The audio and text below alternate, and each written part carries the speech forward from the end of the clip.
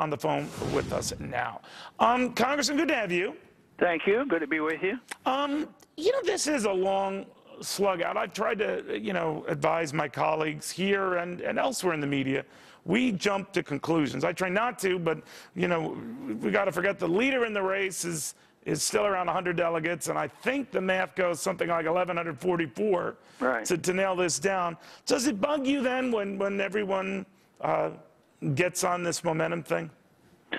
Not really. I mean, if Romney wouldn't have lost one or two along the way, you'd be all on him and say, well, it's an automatic. Nobody can catch him. But now when, Gingrich wins one, and then Santorum wins a couple, and Romney is set back a little bit, it really allows me to continue with my second and third and hopefully, advance to first in some of these states.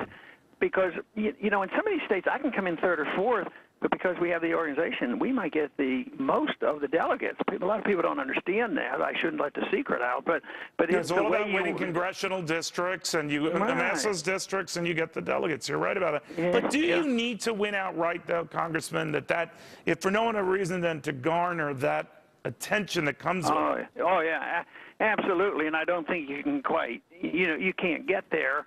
I guess theoretically somebody could work it out where if you had all seconds and thirds and they split all the first places up, I guess in theory you could do pretty well. But I think for PR purposes and just for credibility, you'd have to win some states.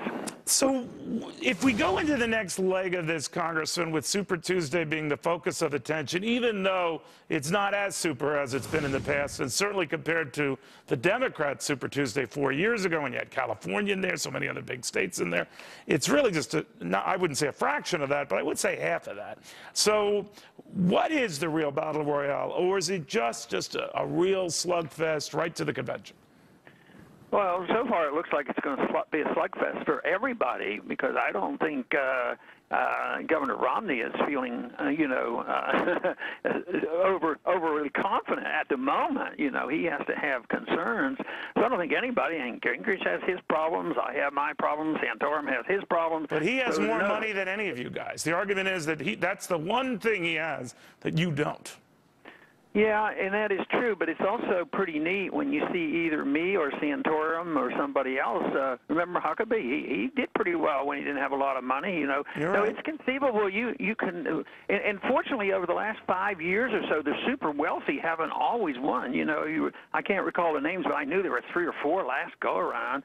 Corzine, I think, is an example where money didn't buy his office. So no, that is healthy. Money does talk, and it's very, very important, and sometimes it's hard to compete. Money was one of the reasons why we didn't go down to Florida, because it was a winner-take-all, and we thought we should use our money elsewhere. No, I thought that was very strategic on your part. But not too long ago on this very network, sir, Jack Welch, actually was on Fox News, had said Republicans should be very careful how they treat you, because the way they treated you, I'm just paraphrasing, has not been that good. And the things they said to you have not been that good. And he just wants to keep you, I think if I heard him right, in the fold. What do you make of that? Well, you know why I think he said that.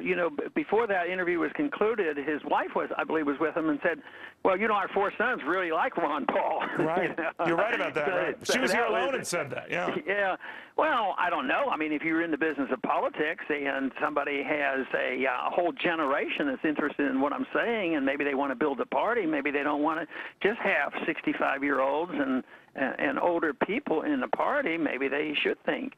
But the other day somebody commented, which I really enjoyed, somebody was interviewing me, and they said, everybody says you have these young people, and it's true. But he had noticed in the last month or two, the older citizens were coming to my rallies, and I said, well, that is true, but you're the first one to notice this. So it has to happen. I mean, you can't win with one demographic. And but I think Mr. Welch is right. That you have to not be rude to people. I mean, you might need a vote or two this way. Nobody has this guaranteed thing locked up, so I think it was good advice. All right, Congress, it's always a pleasure, sir. Thank you. Thank you very much. Very much. Well, look at Mr.